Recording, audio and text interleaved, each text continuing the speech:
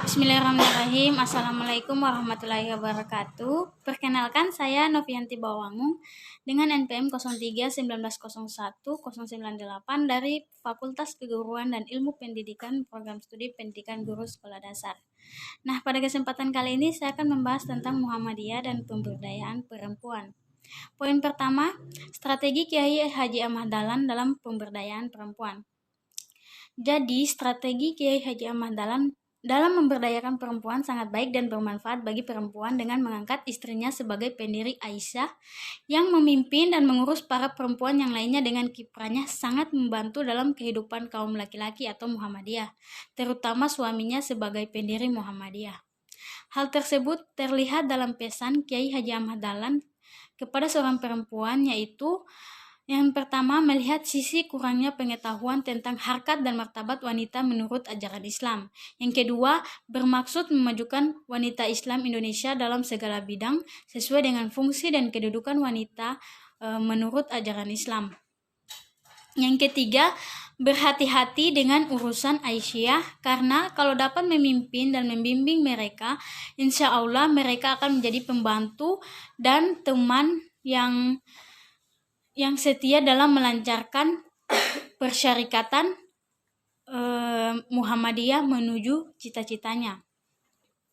Yang keempat, kepada murid perempuan, agar urusan dapur jangan menjadi penghalang untuk menjalankan tugas dalam menghadapi masyarakat. Poin B, kesetaraan gender dalam Muhammadiyah. Kesetaraan gender dalam Muhammadiyah menjadi suatu hal yang menimbulkan perbincangan di kalangan Muhammadiyah. Dalam berita resmi Muhammadiyah disebutkan bahwa yang pertama, Muhammadiyah menempatkan perempuan sebagai makhluk Allah Subhanahu wa Ta'ala yang memiliki kedudukan setara di hadapan Allah, sehingga laki-laki dan perempuan memiliki kewajiban sama dan dalam beriman, beramal saleh, berdakwah, berilmu, bekerja, peran politik, dan kemasyarakatan. Yang kedua, keseimbangan peran publik dan rumah tangga. Yang ketiga, keterlibatan kaum perempuan dalam berdakwah amar ma'ruf nahi mungkar. Yang keempat, Aisyah sebagai wahana beramal saleh, berdakwah, dan berjuang.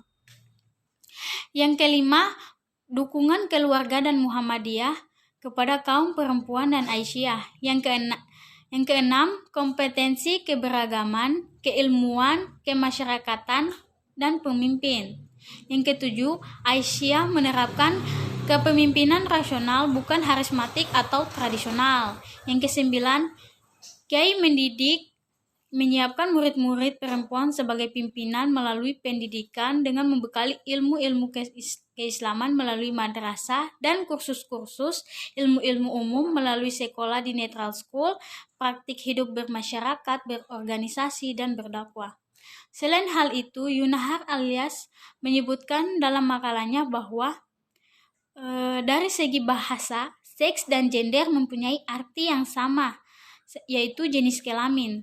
Tapi secara konseptual, kedua kata itu dalam perspektif feminisme mempunyai makna yang berbeda.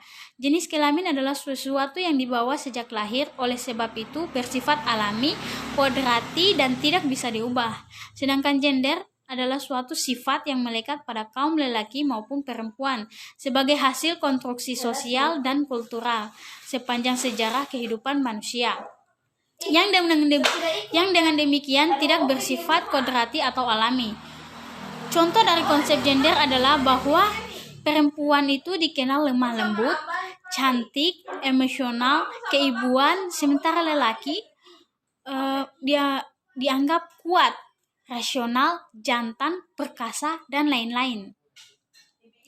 Lebih lanjut, beliau menyatakan bahwa perbedaan gender atau gender difference sebenarnya tidak menjadi masalah sepanjang tidak melahirkan ketidakadilan gender atau gender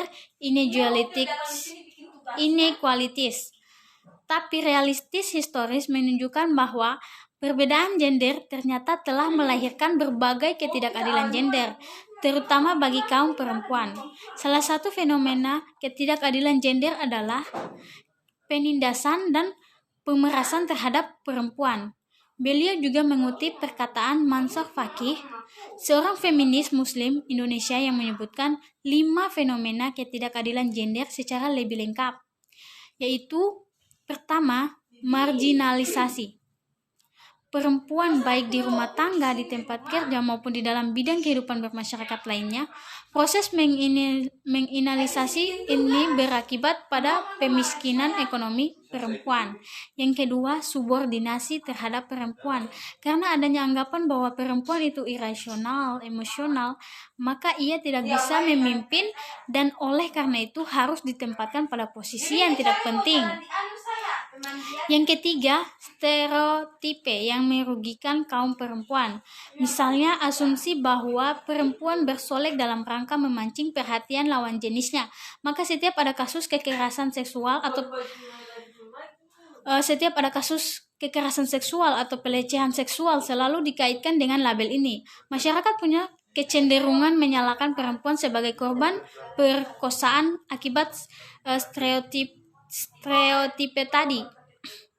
Hingga 4, berbagai bentuk kekerasan menimpa perempuan, baik fisik maupun psikologis, karena anggapan bahwa perempuan lemah dibandingkan dengan laki-laki, sehingga laki-laki leluasa melakukan kekerasan terhadap perempuan. Yang kelima, pembagian kerja secara seksual yang merugikan kaum perempuan. Misalnya, perempuan hanya cocok dengan pekerjaan domestik, oleh sebab itu tidak pantas melakukan pekerjaan publik seperti laki-laki. Akibatnya, perempuan terkurung dalam ruang dan wawasan yang sempit.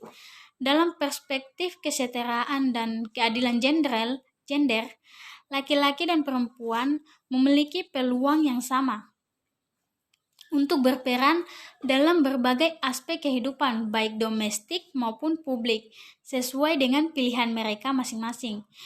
Pilihan itu ditentukan dan dipengaruhi oleh banyak faktor, mulai dari faktor biologis, fisiologis, psikologis, sosiologis, dan yang lebih penting lagi faktor teologis atau norma-norma yang dianut, termasuk di dalamnya agama.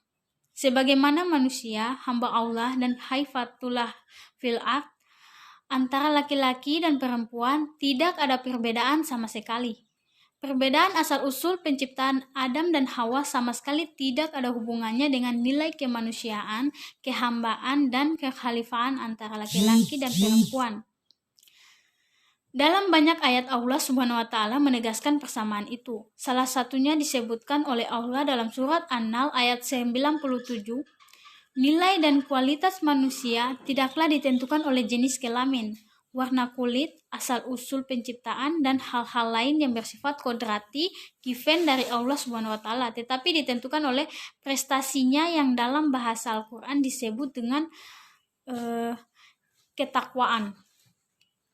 Allah Subhanahu wa taala berfirman dalam surat Al-Hujurat ayat 13. Namun demikian, kesetaraan antara laki-laki dan perempuan itu tidaklah berarti kesamaan dalam segala hal, karena perbedaan biologis dan fisiologis antara kedua jenis kelamin ini tentulah juga menyebabkan terjadinya perbedaan-perbedaan yang bersifat fungsional. Misalnya, siklus reproduksi yang dialami kaum perempuan tentunya sedikit banyaknya mempengaruhi fungsi dan peran mereka dalam kehidupan, baik domestik maupun apalagi publik. Jadi perbedaan peran laki-laki perempuan hanyalah perbedaan fungsional, bukan esensial, sehingga tidak berpengaruh kepada prinsip kesetaraan. Poin C, peran perempuan Muhammadiyah dalam kehidupan berbangsa dan bernegara. Dalam buku Abdul Mar'ah fi al-Islam, bahwa berdasarkan surat At-Taubah ayat 71 secara garis besar dijelaskan tentang perintah amar ma'ruf nahi mungkar, memerintahkan kebajikan dan mencegah kejahatan bagi mukmin atau laki-laki maupun mukminat atau wanita. Dalam hal ini termasuk juga dalam urusan politik ketatanegaraan, karena mengenai soal kemakmuran rakyat dan keamanan negara, kaum wanita juga ikut bertanggung jawab, ikut memikirkan soal-soal yang berkaitan dengan ketatanegaraan, ikut serta menggerakkan dan melakukannya. Adapun pelaksanaannya disesuaikan dengan adanya perbedaan fisik, psikis, bakat, dan kodratnya. Dalam buku Adabul Mar'a fil al-Islam tersebut juga dinyatakan bahwa dalam masalah muamalah duniawiyah pasti mengandung unsur politis dan ideologis. Karenanya dalam Islam tidak ada pemisahan antara agama, masyarakat, dan negara. Bahkan Islam memberikan landasan yang fundamental bagi kehidupan pribadi, keluarga, masyarakat, dan negara. Dengan demikian, setiap muslim dan muslimah harus memiliki kesadaran terhadap politik dan jangan buta politik atau takut politik sehingga menjadi korban politik dan dimakan politik. Peranan perempuan dalam bidang politik dibagi menjadi dua, yaitu yang pertama, peranan yang langsung berupa prakteka politik dan badan-badan atau dewan-dewan perwakilan rakyat mulai dari pusat sampai ke daerah. Dalam hal ini, wanita harus ikut serta dan berjuang untuk mencapai jumlah perwakilan yang memadai. Yang kedua, peranan tidak langsung, yaitu disalurkan melalui rumah tangga dan masyarakat dengan mengambil peran aktif dan mengisi kesempatan-kesempatan yang bermanfaat dalam masyarakat. Dalam hal ini, wanita harus mengambil peran yang sangat menentukan. Adapun hal-hal yang perlu mendapat perhatian adalah bimbingan politis dalam setiap situasi dan kondisi yang dihadapi, terutama berkaitan dengan masalah kewanitaan agar setiap wanita Islam memiliki kesadaran politik. Harus dipersiapkan kader-kader wanita Islam dan dalam kerjasama dengan organisasi lain. Harus dapat menempatkan orang-orang yang sekiranya sanggup menjadi fa'il atau pelaku. Dalam kesempatan lain dalam ranah pemimpin, muncul sebuah pertanyaan. Bolehkah seorang wanita menjadi hakim? Sebagai jawaban dari pertanyaan tersebut, maka wanita dan laki-laki bertanggung jawab atas perbuatan masing-masing, yaitu perbuatan amal soleh yang bisa mendatangkan pahala dan perbuatan dosa yang menyebabkan datangnya hukuman. Sebagaimana firman Allah Subhanahu wa taala dalam surat Al-Nisa ayat 124. Dan juga keduanya bertanggung jawab dalam menegakkan amar ma'ruf nahi mungkar, sebagaimana dalam firman Allah Subhanahu wa taala dalam surat At-Taubah ayat 71. Adapun seorang wanita menjadi seorang hakim, direktur, dan lain sebagainya, sebagai jawabannya dikutip sebuah hadis dari Nabi Shallallahu Alaihi Wasallam dari Abu Bakar berkata, Allah Subhanahu wa taala telah memberikan sesuatu yang bermanfaat kepadaku dengan suatu kalimat yang aku dengar dari Rasulullah Shallallahu Alaihi Wasallam pada perang Jamal setelah aku hampir terbunuh karena mengikuti para sahabat yang perang Jamal, dan ia berkata, tak kala berita tersebut sampai kepada Rasulullah bahwa orang-orang Paris yang telah mengangkat seorang penguasa atau pemimpin perempuan untuk menjadi kaisar sampai kepada Rasulullah SAW, maka beliau bersabda, tidak akan beruntung suatu kaum yang menyerahkan urusannya kepada perempuan. Menurut Aisyah, dengan mengutip pendapat jumhur ulama bahwa perempuan secara mutlak tidak boleh memegang jabatan atau kedudukan memimpin di tengah-tengah kehidupan masyarakat. Padahal seharusnya penafsiran tersebut sebagai ungkapan sementara yang terjadi pada saat itu, dengan situasi dan kondisi yang mengitarinya dan dialami manusia di masa silam. Suatu keadaan yang sukar dicari persamaannya di masa kini, sehingga pada zaman sekarang rasanya tidak tepat lagi dipersoalkan tentang bolehkah wanita menjadi hakim.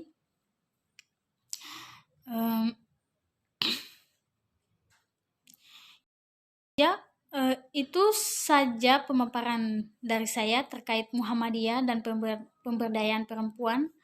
Semoga dapat menambah wawasan teman-teman semua. Lebih dan kurangnya mohon dimaafkan. Saya pamit. Assalamualaikum warahmatullahi wabarakatuh.